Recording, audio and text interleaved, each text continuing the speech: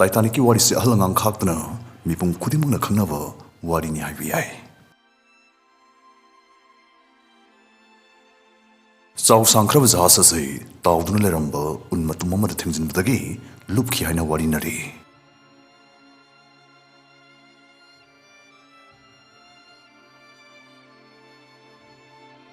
Adubu ngaklibadi Titanic da tongkhiba lupasdi hinghauba makhoi mioi kharanadi Titanic unda thumjinkiba leite dana phongtokle makhoi mioi kharana phongtokle.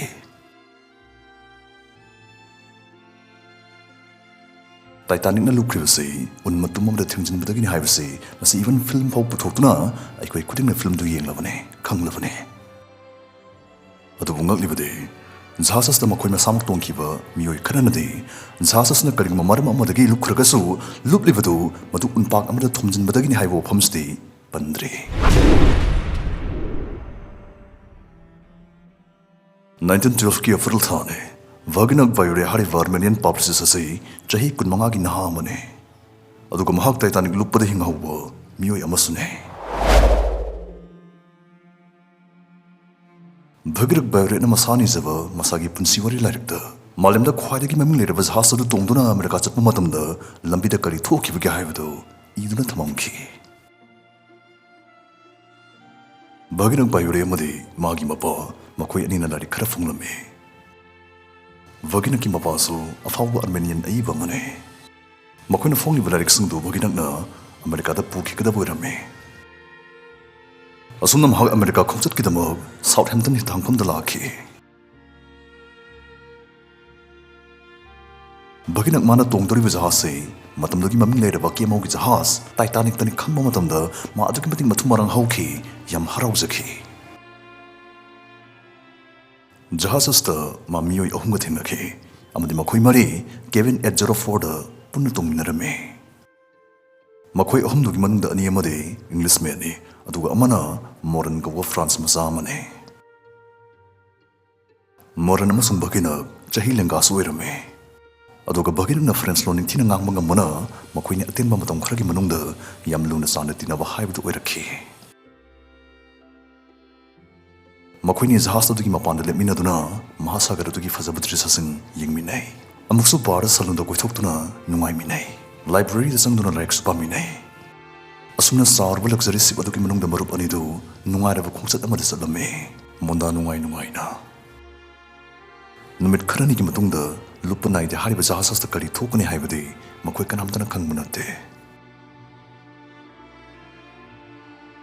April 10 gi numidang makhoi numtigi matawgum ahin thengna tumlamme.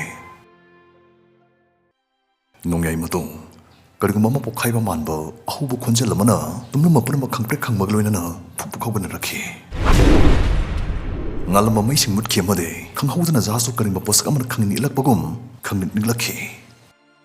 Vaghinak claimina businessman anidu makhoigi phamungdagi ontharaktuna leimaita tasankhi. Makhoi anigi manungda amana makukta sokhi aduga amana mapamomda sokhi. Vaghinak amadi Moran makhoini bu saukatuna sangkatpirame amade makhoi puna masamasa ki posai kharaga painaraga kadrugi chanturakhi. Vaghinak masagi passport amade masada yauzab sel kharadang puraga selakhi atai posai hundoklamkhi. Jahas tu da karigum khudong tibam thukla haibase makhoina khanglame. Adubu makhoina makhoigi kibin dagi corridor da chanturok matamdadi kanamda chekmok lauda yam ingna leramkhi.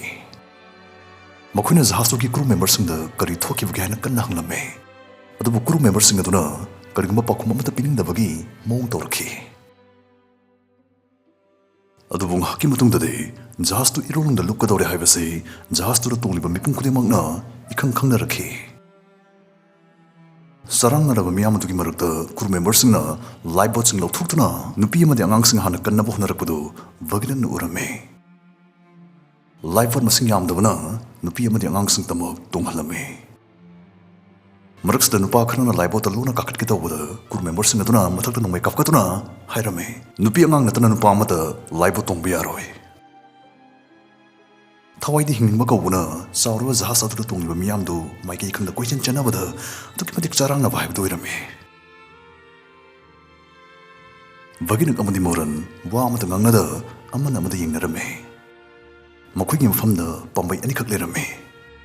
Luptoraba jahas tugi machi amada lengda leraga lupadudi yaukhiba siba नत्रगा इसिंगना सोंथदुना मसा मसागी थवाई कंजनब होनाजबा मखोइनिमक हिंगबा पामलमे मदे अनिमक इरोइबसु याम निंगथिना हैरमे Morna होनादुना चारंगनाब मरक्तुदा question चेंदुना मखोइनिना लिटनाबा इसिंगदा लुप्तनाब life waste अनि पुरगला अमे मतमसदा Titanic की ममांग थंगबा सरुक्तु इसिंग मनुंगदा युंगसिंदुना लैख्रबने मतांगसदा मरुप अनिसे मखोइगी लेजबा थौना लिंगजल पुंबा तासिंदुना करक करक लक्सना इंग्लब इसिंग अदुदा चोंगथब तारमे वांखतुना लेरिबा जहाज की मनिंग अदुदगे मखोइनी इसिंग देक तासिंबगा अकनबा इसिंगी थक अमना मखोइनीगी मरक्ता फुजिलखि मस्तगी मरुप अनिसे तोकाय तोकाय तागिदुना अमना अमबु उबा फंगिद्रे वगिनक मोरेनबु कोइथि थिके अदु फंगिद्रे मखोइनी सुरिङैददि कीबा पाखतपदु खरा तोरसु फरमबने अदुबु मथंदा ngair मतमसदि वगिनक नुंसा थिबा पाखत पेंजलखि वखल सोंथरखि नुमितुगी नॉर्थ अटलांटिक ओशन की सिंग अइंगबसे -2 डिग्री सेल्सियस ने उन महिगुम इंग्लमे करक्रक चिंगसलमे वगिनक मखोंग मकुट पुंबा इसिंग अइंगमना पुंपंग पंगसललखि वखलदि ज्ञान तारि अदुबु हक्सांगदि सोंथबना लोइरे मागी life base मंगहौबना मतंगसदा थवाई Hinge हारगदे life boat की मतिंग लौबना तनदे उपाय मत लेरमदे माग तबना तबना ज्ञान मांगबा हुजलखि असुमना इसिंगदा तावदुना लेरिङै मागी कोकता करिगुम अमना थिंगजलखि मस्तगी ज्ञान लाक्तुना येंगलुबदा मिना क्रिक्रिक इनदुना तोंगलिबा लाइफ बोट अमो ओइरमखि अदुबु तंजासदा मागी अवाबा लोइरबरा महंग मतिंग पांगबियो हाइदुना हिदुना यादुना काखदबा होनरुबदा हि होलिबन पादुना मागी नौदुना मखुतुदा कंथरखि हानदगी मी हिंदुना लेरिबा हि यदुदा मासमुक तोंगलगदे हिदु पुना लुकमिना बतारे हाइबसे हिदुना तोंगदुना लागिबा मिपुम खुदिमुकना खनखिबने असुमना वगिनक इसिंगदुदा लेहौबा ताखि हिदुदि चटखि मसिगी मतुंगदा थोलखि अंगकपा मतौ अमा मदुदी ममिंग पांगथोरपदा वगिनक अचौपा जहाज अमगी मनुंगदा लेरमखि जहाज अदुगी ममिंग कार्पाथिया जहाजना न्यूयॉर्क तमना लाकपदा टाइटानिक काइबदि हिंगहौबा मियोइसिंग थेंगनरपदगी रेस्क्यू तौबिरकपने असुमना अर्मेनियन राइटर वगिनक इतिहासदा इदुना लेहौरबा तमथिरबन मिनसदगी नांथोक्तुना हिंगहौखि लाइबक थिबा थौदोक्तुदा माना थेंगनखिबा थौदोक पुनमक मागी लारिकसिंगदा मयेकसिंगना इदुना फोंगलखि अदुबु ngakliबदि वगिनकना थौदोक्सिगी वारि लिबा मतमदा टाइटानिक उनपाक अमदा थोमजिनबदगी लुपखिबने हाइबसि सुंपन पलमदे माने इतत्ततना फोंदोकि वफमदि करिगुम ममा पोखाइबगी अहौबा मखोल मताखि मसिंग मतुंगदा टाइटानिक लुपखिबने हाइबसने मा खकनतना तोपा हिंगहौबा मियोइ क्यानासु नुमित अदुदा अहौबा पोखाइबगी मखोल मताखि हाइ वफमसि फोंदोंनरखि